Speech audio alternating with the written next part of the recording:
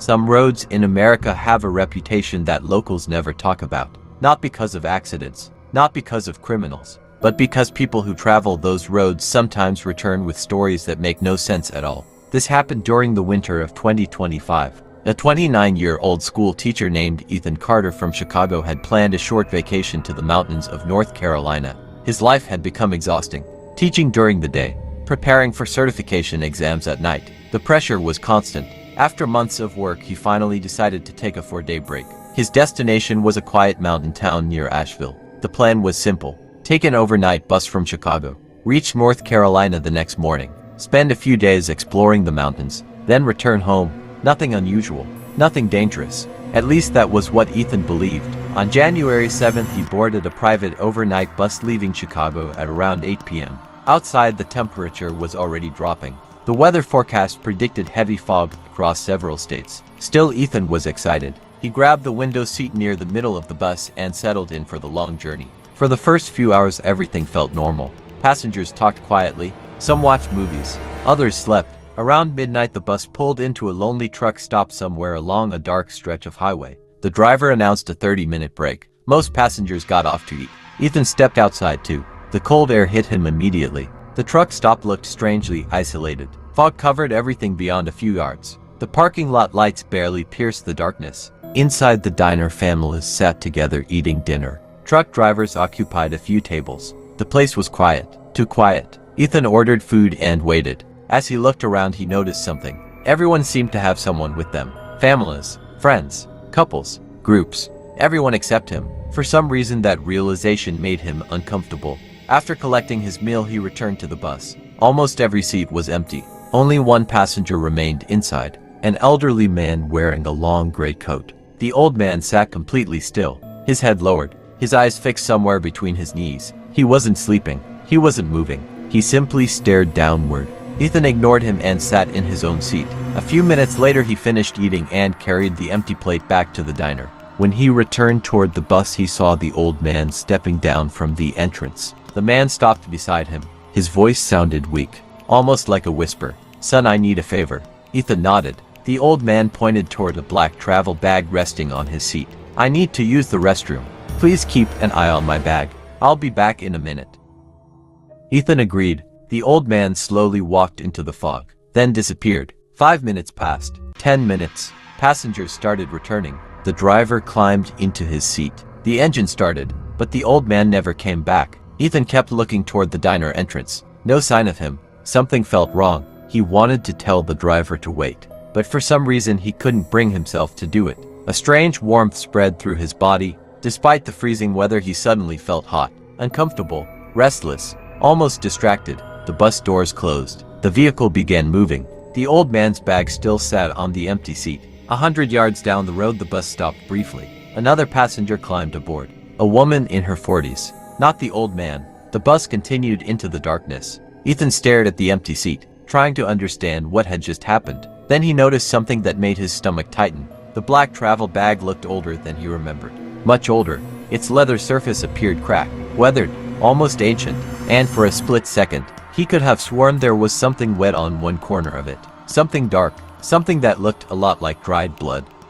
Ethan kept staring at the bag. The longer he looked at it, the more uncomfortable he became. Finally, he stood up, picked up the bag, and slid it beneath the seat. At least it would stay safe until the owner returned. Or so he thought.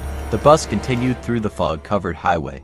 Outside, almost nothing was visible. Only the faint glow of distant lights appearing and disappearing in the darkness. About 40 minutes later, the bus stopped at a roadside service station. Several passengers stepped outside to stretch their legs. Ethan remained seated. As he looked through the window, he suddenly froze. 5 people were walking toward the bus from the parking area, and among them, he saw the old man. The same gray coat, the same slow walk, the same pale face. Relief washed over Ethan. Finally, the owner of the bag had returned. He watched carefully as the group approached. One by one, the passengers climbed aboard. First person, second person, third person, fourth person. Ethan kept waiting for the old man, but he never entered. The doors closed. The bus pulled away. Ethan quickly looked outside. The parking lot was empty. The old man had vanished again. His heart started pounding. Now he knew something wasn't right. He immediately walked to the front of the bus. The driver looked annoyed when Ethan approached. "Excuse me, There was an older man sitting near the middle of the bus. He left a bag behind, the one wearing a gray coat. The driver frowned. What old man? The passenger sitting in row 6. The driver's expression changed, not to confusion, but irritation. There has been nobody sitting there all night. Ethan laughed nervously, thinking the driver was joking. I'm serious. He spoke to me. He asked me to watch his bag. The driver looked directly into Ethan's eyes, then said something that sent a chill through his body. That seat has been empty since Chicago. Ethan stood there speechless. For several seconds neither of them spoke. Then the driver simply turned back to the road. The conversation was over. Ethan slowly returned to his seat, his hands trembling. The black bag was still beneath the empty chair, exactly where he had left it. He no longer wanted to touch it. The rest of the ride felt endless. Every few minutes he found himself glancing toward the empty seat, expecting to see the old man sitting there again, watching him. Around 3 in the morning the bus finally reached western North Carolina, but another problem appeared. Ethan learned that the bus would not stop where he expected. Instead it would drop passengers near a private lodge several miles away from town. The news immediately ruined his plans. His hotel reservation was across the city, and at this hour transportation would be difficult. As he worried about what to do, the passenger sitting beside him started a conversation. A friendly man traveling with a group of hikers. After hearing Ethan's situation, the man offered help. Our group is heading toward the mountains. You can come with us for now. We'll find you somewhere safe to stay. Ethan hesitated, but having no better option, he agreed. A little after 3:30 in the morning, the bus stopped at a remote junction surrounded by forest. The hiking group climbed into waiting vehicles. Ethan followed them. For the first time all night, he felt slightly relieved. Maybe the strange events on the bus were finally over. Maybe things were about to return to normal. But as he grabbed his backpack and stepped off the bus, his eyes drifted toward the luggage compartment one last time. And there, standing near the rear of the bus, half hidden by fog, was the old man in the gray coat, staring directly at him, without blinking, without moving, without making a sound. Then the bus headlights shifted, and he was gone, as if he had never been there at all. Ethan stood frozen for several seconds, his heart hammered against his chest. He kept staring into the fog, trying to convince himself that what he had seen wasn't real. Maybe it was another traveler. Maybe exhaustion was affecting his mind. That explanation sounded reasonable, at least for a moment. The hiking group loaded their bags into 2 SUVs. One of them waved for Ethan to hurry. Without looking back again, he climbed inside. The vehicles pulled away from the highway and entered a winding mountain road. Dense forest surrounded them from every side. Towering trees blocked the moonlight. The deeper they traveled, the more isolated everything became. Around 40 minutes later they reached a small mountain town. Most businesses were closed. The streets were nearly empty. Only a few lights glowed from distant buildings. The group stopped near a lodge where several rooms were available. Ethan thanked them for the help, booked a room, and finally entered the building. By then he had been awake for almost an entire day. All he wanted was sleep. The receptionist handed him a key. Room 17, second floor. At the end of the hallway, the lodge itself looked old, not abandoned, but old enough to make strange noises. The wooden floor creaked beneath every step. Cold air drifted through unseen cracks, and the long hallway seemed unusually quiet. When Ethan entered his room, he immediately noticed something odd. The room was far larger than expected, especially for the price. A king-sized bed stood against one wall. A couch sat near the window, and beyond a sliding glass door was a balcony overlooking the forest. The view would probably be beautiful during daylight, but now it was only darkness. Endless darkness. Too exhausted to think about it, Ethan locked the door, dropped his backpack beside the bed, and collapsed onto the mattress. The digital clock beside the bed read 4:08 a.m. Within minutes his eyes began closing. Then suddenly, a baby started crying. The sound came from somewhere nearby, perhaps the next room. The crying continued for nearly a minute, then stopped instantly, not gradually, not naturally, just stopped, as if someone had pressed a switch. The silence that followed felt wrong. Unnaturally wrong. Ethan opened his eyes, listening carefully. Nothing, not a single sound. Then another strange thing happened. The room became colder, much colder. The heating system was running. The windows were closed, yet the temperature continued dropping. His breath became visible. A chill crawled across his skin. He pulled the blanket tighter, trying to ignore it, trying to sleep. Minutes passed. Then came a feeling he couldn't explain. The unmistakable feeling of being watched. Every instinct in his body screamed the same warning. Someone was looking at him. He slowly turned his head toward the balcony. At first he saw nothing, only darkness beyond the glass. Then he noticed a shape, A figure standing motionless outside, directly beyond the balcony railing. Watching him, Ethan's body instantly locked up. The figure didn't move, didn't blink, didn't step closer. It simply stood there, hidden within the darkness. For several long seconds neither of them moved. Then clouds shifted. Moonlight briefly illuminated the balcony, and Ethan felt every drop of blood drain from his face. It was the old man, the same gray coat, the same pale skin, the same expressionless face, standing 3 feet from the glass, staring directly into the room. And this time, the old man was smiling.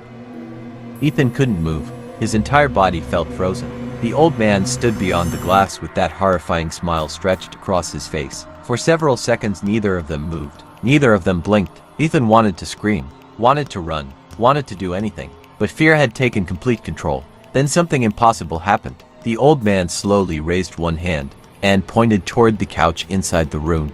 Ethan's eyes followed the direction of that finger, toward the dark corner near the couch. At first he saw nothing. Then his stomach dropped. Someone was already sitting there. A woman, motionless, silent. Her long dark hair covered most of her face. She sat perfectly still on the couch, as if she had been there the entire time. Watching him, Ethan's breathing became rapid. His chest tightened. He looked back toward the balcony. The old man was gone, vanished, just like before. The balcony stood empty. Only darkness remained. But the woman was still there, sitting inside the room. Ethan immediately pulled the blanket over his head, his hands shaking uncontrollably. He began whispering prayers, anything he could remember. Minutes passed, or maybe hours. He had no idea. Eventually exhaustion overwhelmed his fear, and darkness consumed him. The next thing he remembered was sunlight, bright sunlight, burning against his face. Ethan opened his eyes. The room looked normal. The couch was empty. The balcony door was locked. Nothing seemed unusual. He grabbed his phone. 12:41 p.m. Almost 9 hours had disappeared. The memory of the previous night felt blurry, like a nightmare. Yet it had felt completely real. Trying to clear his head, Ethan showered quickly, changed clothes, and headed outside. The fresh mountain air helped. For a while, he explored the town, walked through local shops, visited scenic overlooks, even took dozens of photographs. Slowly his confidence returned. Maybe stress and lack of sleep had caused everything. That explanation seemed reasonable. Until evening arrived. Around sunset Ethan stopped at a roadside cafe, a small place overlooking the mountains. Only a handful of customers sat inside. As he drank coffee, a local man around 60 years old sat beside him. The stranger seemed friendly. The two started talking. Ethan mentioned his strange trip, the old bus, the lodge, the strange dreams, everything except the woman and the old man. For some reason he couldn't bring himself to mention them. The local man listened carefully, then asked a strange question. Did you pick up something that doesn't belong to you? Ethan laughed nervously. No. The man stared at him, without smiling, without blinking. Then he said, sometimes things follow objects, not people. Before Ethan could ask what that meant, the man stood up, placed a business card on the table, and walked away. Ethan looked down at the card. It belonged to a mountain campground located deep inside the national forest. On the back, a message had been written in black ink. 3 simple words. Return what remains. A cold shiver ran down Ethan's spine, because suddenly, for the first time since leaving the bus, he remembered something, the black travel bag, the old man's bag, and he realized he had never actually checked whether it was still beneath that empty seat. The moment Ethan remembered the black travel bag, his appetite disappeared. He immediately pulled out his phone, opened the photographs he had taken during the trip, and started scrolling. He wasn't sure what he was looking for. Maybe a distraction, maybe proof that everything was normal. Then one picture made his heart stop. It was a photograph he had taken earlier that afternoon from a mountain overlook. The image showed a beautiful valley covered in pine trees, nothing unusual, until he zoomed in. Near the bottom corner of the photo, standing between 2 trees, was the old man, the gray coat, the pale face, the same horrifying smile. Ethan knew with absolute certainty that nobody had been standing there when he took the picture. His hands began trembling. He quickly closed the image, paid for his coffee, and rushed back toward the lodge. By the time he arrived, darkness had already settled over the mountains. The hallway outside his room was silent, almost unnaturally silent. Ethan unlocked the door and stepped inside, then immediately froze. Something had changed. His backpack was lying on the opposite side of the room. He clearly remembered leaving it beside the bed. For several seconds he simply stared, trying to convince himself he was mistaken. Maybe he had moved it earlier. Maybe he forgot. But deep down he knew the truth. Someone had entered while he was gone. or something had. He slowly approached the backpack, unzipped it. Everything appeared normal, until he noticed a folded piece of paper resting inside. A paper he had never seen before. His hand shook as he unfolded it. Only one sentence was written across the page. "You were supposed to watch it." Ethan instantly dropped the note, his pulse racing. The handwriting looked old, as if it had been written decades ago. He backed away from the bag. Then another sound echoed through the room. A soft knock. 3 slow taps, coming from the balcony door. Ethan turned toward the glass. Nothing. The balcony appeared empty. Then came 3 more knocks, this time louder. Tap, tap, tap. The sound was definitely coming from outside. His legs felt weak. Every instinct told him not to go near that door, but curiosity slowly pulled him forward. Step by step, until he reached the glass. He looked outside. The balcony was empty. No old man, no woman, nothing, just darkness. Then his eyes drifted downward, and his blood turned cold. On the wooden floor of the balcony, someone had placed a black travel bag, the exact same bag from the bus. The bag that should have been hundreds of miles away. The bag that belonged to the old man, and attached to the handle was a small tag. A tag Ethan had never noticed before. Written on it was a name, Samuel Graves. The second Ethan read those words, the lights inside the room went out. Complete darkness swallowed everything. And from somewhere behind him, very close to his ear, a voice whispered, "You lost me. You lost me." The whisper came from directly behind Ethan, close enough that he felt warm breath touch his neck.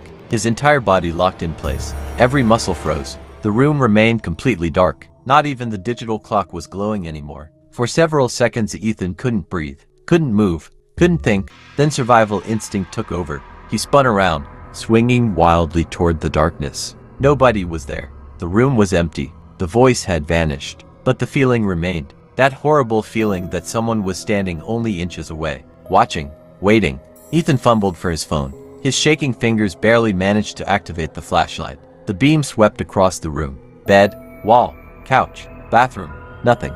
No sign of anyone. Then the flashlight reached the balcony door. The black travel bag was gone, as if it had never been there. Only the tag remained, lying on the wooden floor outside. Samuel Graves. Ethan stared at the name. Something about it felt familiar. Very familiar. Suddenly he remembered the lodge lobby. There had been an old newspaper display near the entrance. A collection of local historical articles. One article had featured a missing person.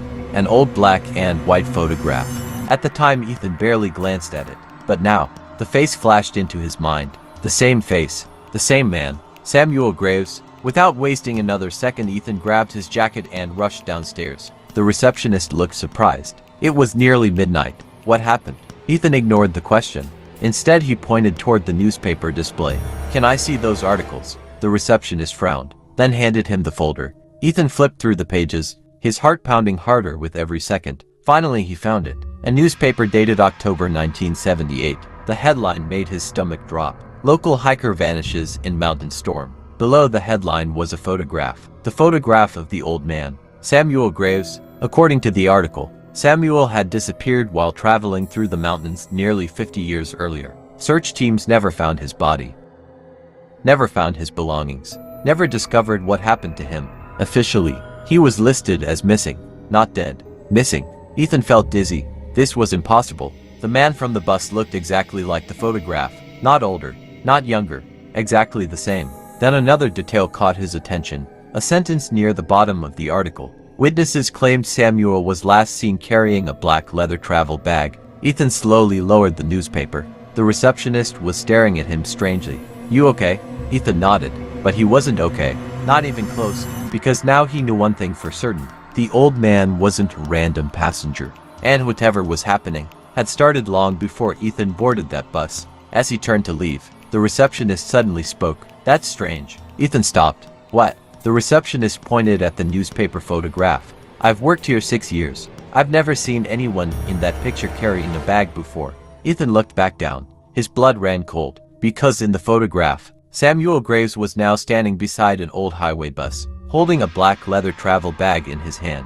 A detail Ethan knew hadn't been there 30 seconds ago. And behind Samuel, barely visible in the shadows, stood a woman with long black hair, smiling directly at the camera. Ethan stood motionless, his eyes locked on the newspaper photograph. The woman was there. He was absolutely sure she had not been there before. Yet now she stood behind Samuel Graves, smiling, watching, almost as if she knew Ethan was looking at her. The receptionist noticed the color draining from Ethan's face. "Sir, are you okay?" Ethan quickly closed the newspaper. "I think I just need some sleep." Without another word, he walked back to his room. But sleep was the last thing on his mind. The moment he entered the room, he locked every door and window, then placed a chair beneath the door handle. His hands were still shaking. Something terrible was happening, and somehow he had become part of it. For the next hour, he searched everything he could find about Samuel Graves. Old newspaper archives, missing person records, local forums, anything. Most articles repeated the same story. Samuel disappeared during a winter storm in 1978. Search teams spent weeks looking for him. Nothing was found. No body, no equipment, no belongings, nothing. But then Ethan found something strange. A discussion on an old local website. The post had been written years ago by a retired forest ranger. According to him, Samuel was not alone when he vanished. Several locals claimed a young woman had been traveling with him. Nobody knew her name. Nobody knew where she came from. And after Samuel disappeared, she vanished too. Almost every witness who mentioned the woman later refused to talk about her again. Some even claimed they never mentioned her at all. Ethan felt cold reading those words, because the woman in the photograph matched exactly what he had seen inside his room. Long black hair, pale face, that unnatural smile. Suddenly, a loud thud came from outside. Ethan nearly dropped his phone. The sound had come from the balcony. Something heavy had landed there. Slowly, very slowly, he approached the glass door. The curtains moved slightly in the wind. At first he saw nothing. Then the clouds shifted. Moonlight illuminated the balcony, and Ethan's heart nearly stopped. Someone was standing there. A woman, long black hair covering most of her face. Her head tilted unnaturally to one side. She wasn't moving, wasn't blinking, wasn't breathing, just staring at him. For several seconds Ethan couldn't move. Then the woman slowly raised one hand and pointed toward the forest, the dense black forest beyond the lodge. Then she lowered her arm, turned around, and walked away into the darkness. Ethan rushed to the balcony door, but when he opened it, nobody was there. Only silence. And something else. Lying on the wooden floor, a small folded map. Old, dirty, weather damaged. Ethan picked it up. The map showed a section of forest several miles from town. One location had been marked with a red circle, and beside it, 3 words were written in faded ink. "He is waiting here." Ethan stared at the map for several minutes. Every instinct told him to throw it away, to leave the town immediately, to catch the first bus home. But another part of him needed answers. Too many impossible things had happened already. The old man, the bag, the woman, the changing photograph. None of it made sense. And somehow the answer seemed hidden inside that forest. The next morning Ethan packed his belongings. Just after sunrise he rented a vehicle and headed toward the marked location. The road quickly became isolated. Tourist traffic disappeared. Cell service vanished. Soon only forest surrounded him. Miles and miles of endless trees. Around noon he reached the area shown on the map. An abandoned section of woodland far from any hiking trail. Ethan parked near a rusted gate. The gate looked ancient, as if nobody had entered for decades. Beyond it a narrow dirt path disappeared into the trees. The place felt wrong immediately. Silent. To silent. No birds. No insects. No wind. Nothing. Taking a deep breath, Ethan stepped inside. The deeper he walked, the heavier the air felt. After 20 minutes he noticed something unusual. Footprints. Old footprints. Dozens of them. Pressed into the dirt. All leading deeper into the forest. None leading back out. A chill crawled down his spine. He followed them. Eventually the trees opened into a clearing. And what he saw there made him stop instantly. An abandoned cabin. Half collapsed. Covered in moss and vines. Its windows were shattered. Its roof sagged dangerously. The structure looked like it had been forgotten for 50 years. Yet strangely, the front door stood wide open, as if someone had entered recently. Ethan slowly approached. The closer he got, the colder the air became. Then he noticed something hanging beside the doorway. A wooden sign. Barely readable after decades of weather. But one name remained visible. Samuel Graves. Ethan's pulse exploded. This had been Samuel's cabin. He stepped inside. Dust covered everything. Broken furniture lay scattered across the floor. Old photographs littered the corners. Most were damaged beyond recognition. Then Ethan saw something sitting on a table. A black leather travel bag. The same bag. The exact same one. His mouth went dry. The bag shouldn't be here. It shouldn't exist. Yet there it was, waiting. For several seconds he simply stared. Then he slowly reached forward and opened it. Inside were dozens of yellowed papers, old photographs, newspaper clippings, and one leather journal. The journal belonged to Samuel Graves. Ethan opened the first page. The handwriting was shaky, but readable. The first entries described hiking trips, camping adventures, normal things. Then the tone changed. The later pages became darker, more desperate. Samuel repeatedly mentioned a woman he had met near the mountains, a woman who appeared wherever he traveled, a woman nobody else seemed able to remember. Then Ethan reached the final page. His heart nearly stopped, because written across the last page were 7 terrifying words. If she finds you, don't follow her. At that exact moment, a floorboard creaked behind him. Ethan slowly turned around, and standing inside the doorway, blocking the only exit, was the woman, smiling, wider than ever before.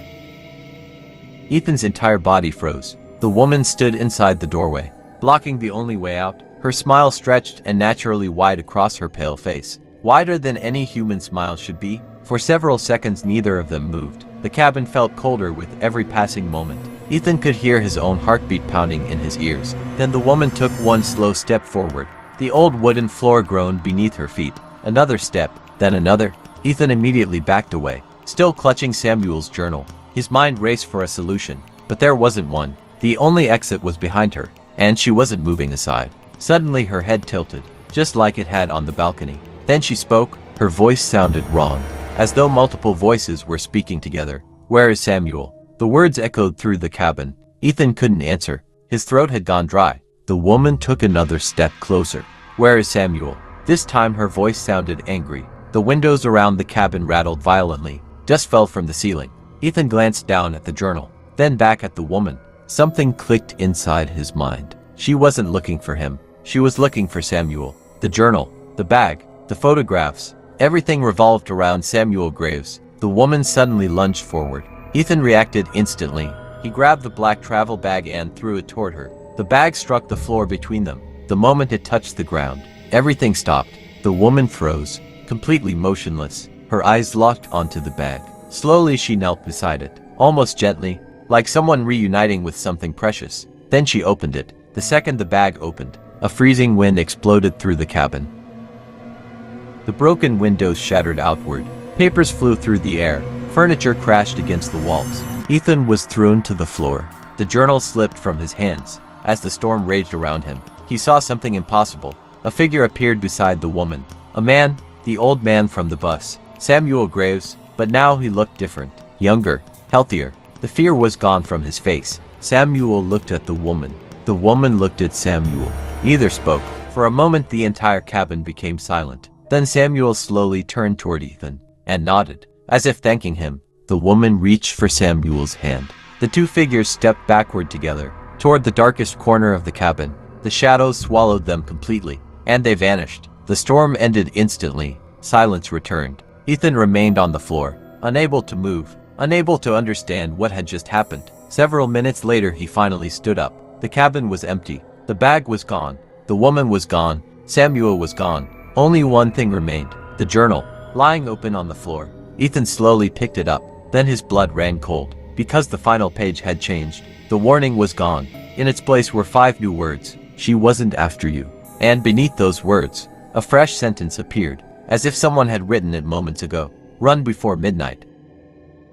The words on the journal page felt like ice inside Ethan's chest. Run before midnight. He checked his phone immediately. 11:17 p.m. Only 43 minutes remained. A terrible feeling settled over him. The kind of feeling that tells you something bad is coming. Something very bad. Without wasting another second, Ethan left the cabin. The moment he stepped outside, he realized something was wrong. The forest had changed. The path he used to reach the clearing was gone. Completely gone. Only trees surrounded him now. Tall dark trees stretching endlessly into the darkness. Ethan spun around searching for any sign of the trail. Nothing. His breathing became faster. He grabbed his flashlight and started walking. Then walking turned into running. Every direction looked identical. The deeper he moved, the more lost he became. After nearly 15 minutes he stopped, exhausted, confused, terrified. Then he heard it. A distant sound. Footsteps. Crunch, crunch, crunch. Someone was walking through the forest, not far away. Ethan switched off his flashlight instantly. The footsteps continued, slow, deliberate, getting closer. He hid behind a fallen tree, barely breathing. The sound moved through the darkness, Closer, closer, closer. Then it stopped. Silence. Complete silence. Ethan remained hidden, waiting, his heart pounding so hard he thought whoever was out there would hear it. Several seconds passed. Then a voice echoed through the trees, a familiar voice. The old man, Samuel Graves. Ethan. The whisper floated through the darkness. Ethan, run. Ethan's eyes widened. Another voice answered, the woman's voice, only this time it sounded furious. He's mine. The forest suddenly exploded with noise. Branches snapped, leaves rustled. Something was moving rapidly between the trees. Something fast, far faster than any human. Ethan jumped to his feet and sprinted. He no longer cared where he was going. He simply ran. The sounds followed him, crashing through the woods, closing the distance. Every glance behind showed only darkness. Yet he knew something was there, watching, chasing, waiting. His lungs burned. His legs screamed with pain. Then suddenly, he saw headlights. A road, a real road, less than 100 yards ahead. Hope surged through him. He ran harder than ever before. The sounds behind him became louder, closer, almost on top of him. Then he heard a scream so powerful it shook the entire forest. The woman's scream, filled with rage, filled with hatred. Ethan burst onto the road. At that exact second, a pickup truck appeared around a bend. The driver slammed the brakes. The truck skidded to a stop only feet away from him. Ethan practically threw himself inside. The driver stared at him. What the hell happened to you? Ethan looked back toward the forest and felt his blood freeze. Standing at the edge of the trees was the woman, watching, smiling, her black hair moving in the wind. Then the truck headlights flickered. For a split second she disappeared, and when the lights stabilized, Samuel Graves stood there instead. The old man slowly raised one hand and pointed toward the sky. The truck driver looked confused. What are you staring at? Ethan looked upward. Midnight. His phone had just changed to 12 a.m., and somewhere deep inside the forest, a scream echoed one final time. Then everything went silent. The next morning, Ethan woke up feeling exhausted even though he had slept for several hours. His head felt heavy, his body felt weak, and the strange events from the previous night kept replaying in his mind. The manager and two staff members were standing near his bed. They looked worried. Ethan sat up and immediately asked, "What happened last night?" The manager hesitated for a moment before speaking. "You were found unconscious near the old wooden cabin above the campsite." Ethan felt a chill run through his body. He remembered the woman. He remembered the old man. And then everything went dark. The manager handed him a glass of water. After drinking it, Ethan slowly told them everything. The knocking, the voices, the empty upper campsite, the woman walking out of the cabin, and the old man standing beside him. The manager listened carefully without interrupting. When Ethan finally finished speaking, the manager looked unusually serious. Then he said something that immediately caught Ethan's attention. "If I were you, I would leave this place today." Ethan stared at him. "What do you mean?" The manager took a deep breath. "Just leave. There are some things that happen in these mountains that are difficult to explain. We don't talk about them much. But whenever someone starts seeing people who shouldn't be there, things usually get worse." Those words made Ethan uncomfortable. Very uncomfortable. For the first time since leaving home, he genuinely wanted to go back. He packed his belongings, collected his backpack, and left the campsite with the manager. As they reached the highway, the manager gave him one final piece of advice. "There is a famous temple in a nearby town. Visit it before you return home. It might help." Ethan nodded, even though he didn't fully understand why. A few minutes later, he found a ride heading toward town. As the vehicle moved down the mountain road, Ethan pulled out his phone. For the first time since the previous evening, he switched it on. Within seconds, dozens of notifications appeared on the screen, and among them was a message that made his blood run cold. It was a photograph, sent from the hotel employee who had called him the previous day. The photograph showed the forgotten bag, the same bag that had been found under his hotel bed, the same bag Ethan insisted was not his. But now, as he looked closely at the image, he noticed something he had completely missed before. Attached to the zipper was a small metal keychain, a keychain he had seen before. Inside the bus, hanging from the luggage of the old man, Ethan nearly dropped his phone, because at that moment he finally realized one terrifying truth. The bag from the hotel belonged to the old man from the bus, and somehow, that bag had followed him all the way to the mountains. Ethan kept staring at the photograph. His hands were shaking. There was no doubt anymore. The bag belonged to the old man. The same old man who had disappeared from the roadside diner. The same old man nobody else seemed to remember. And the same old man he had seen standing inside his hotel room. Ethan immediately called the hotel employee. The call connected after a few rings. The young man answered nervously. Sir, did you see the photo? Ethan replied, yes. Open the bag and tell me what's inside. For a few seconds there was silence. Then the employee spoke. I already tried. The bag is locked. Ethan felt relieved for a moment. At least nobody had opened it. Then the employee said something else. Sir, there's something strange. Ethan's stomach tightened. What? The employee answered. The bag wasn't under your bed when housekeeping cleaned the room this morning. It appeared later. Ethan froze. What do you mean appeared later? The employee sounded terrified. We cleaned the room completely. There was nothing under the bed. But when I returned during the afternoon, the bag was there. Ethan ended the call. His heart was pounding. Nothing about this situation made sense anymore. A few hours later he arrived in town. The bus to the temple town would not leave until evening, so Ethan decided to sit near the river and clear his mind. The cold wind moved across the water. People walked by peacefully. Everything looked normal, but Ethan could not relax. He kept thinking about the bag, about the woman, about the old man, and about the strange feeling that something was still following him. As he sat alone on a bench, an elderly monk slowly approached. The monk stopped directly in front of Ethan. Without introducing himself, without asking any questions, he simply said, "You are carrying something that does not belong to you." Ethan felt every hair on his body stand up. The monk pointed toward Ethan's backpack.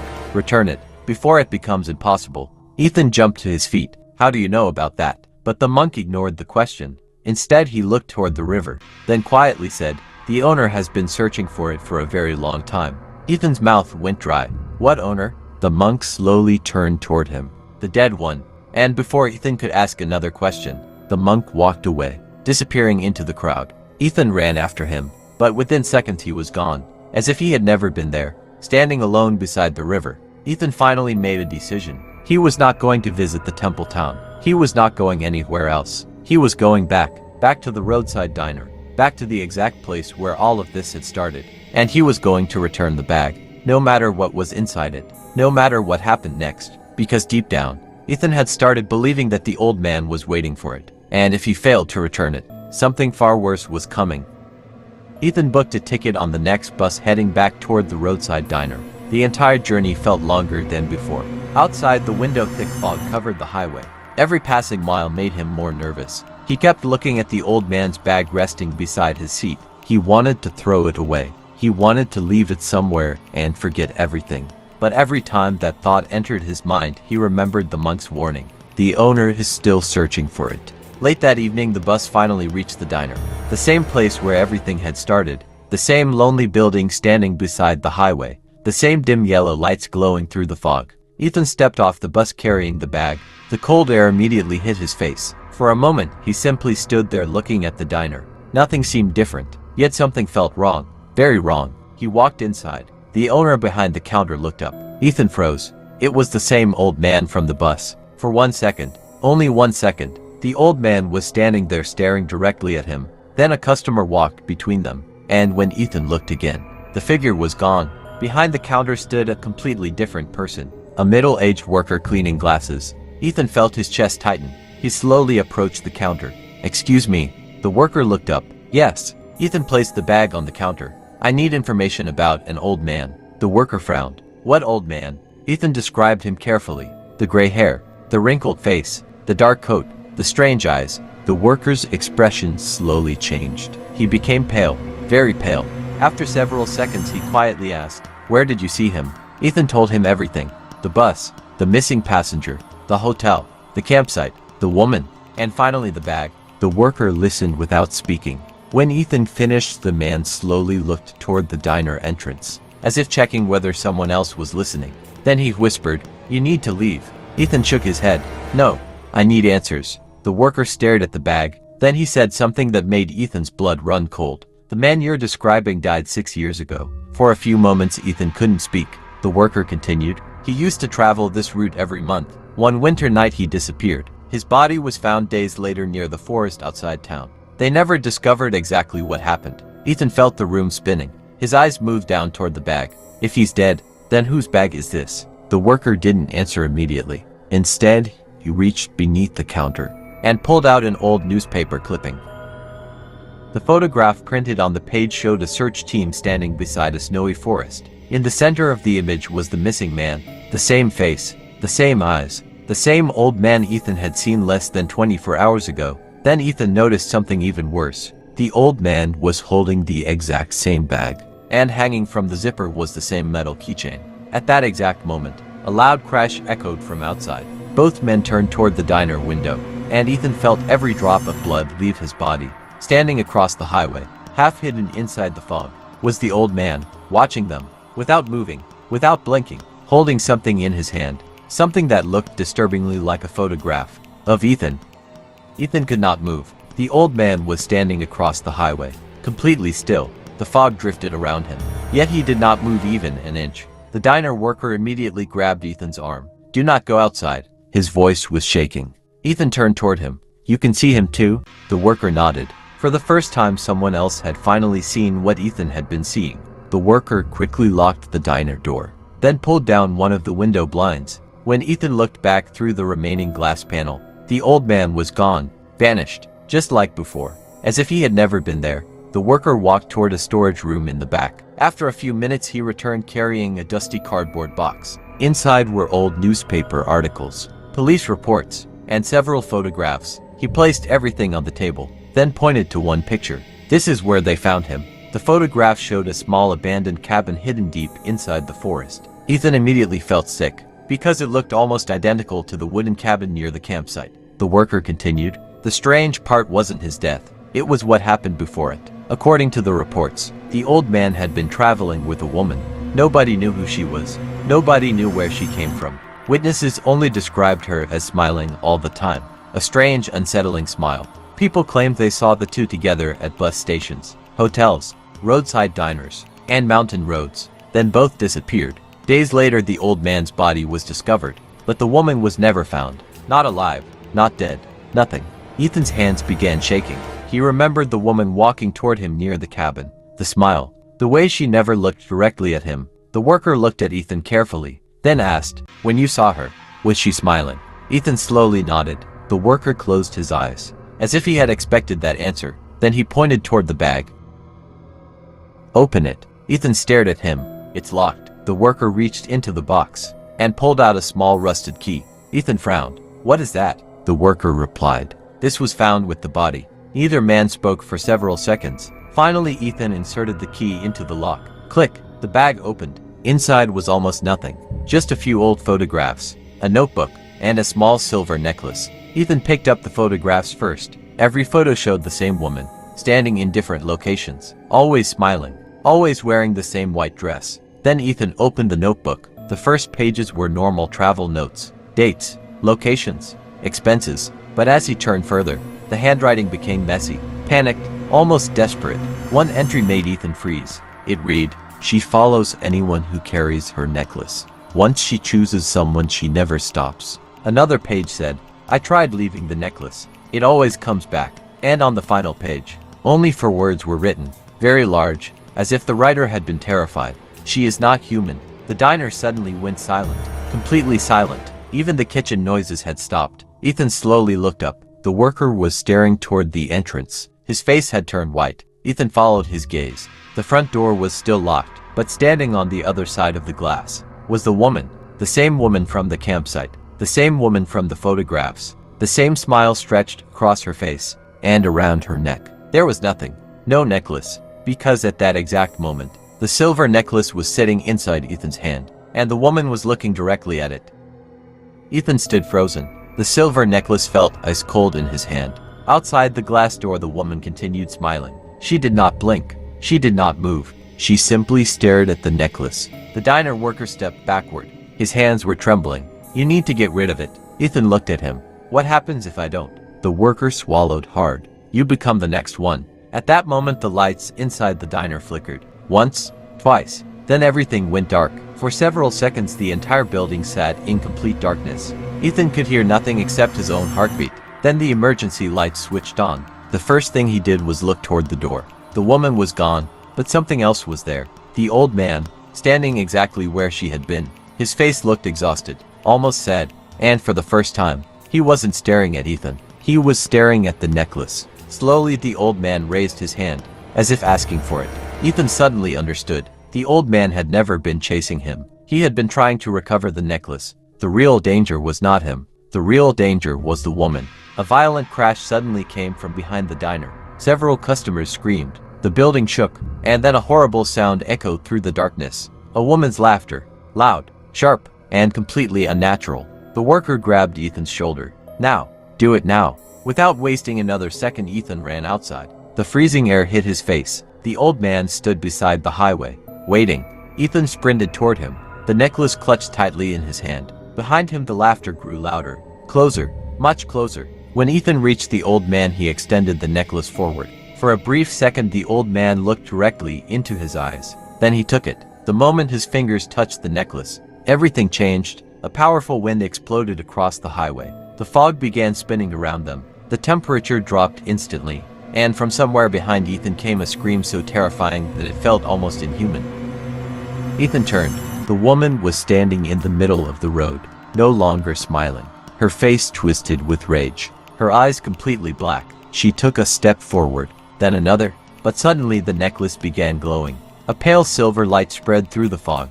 The woman screamed again, this time louder. Her body started breaking apart into shadows. Piece by piece, the darkness around her dissolved, until finally, she disappeared completely. The highway became silent. The wind stopped, the fog settled, and everything felt normal again.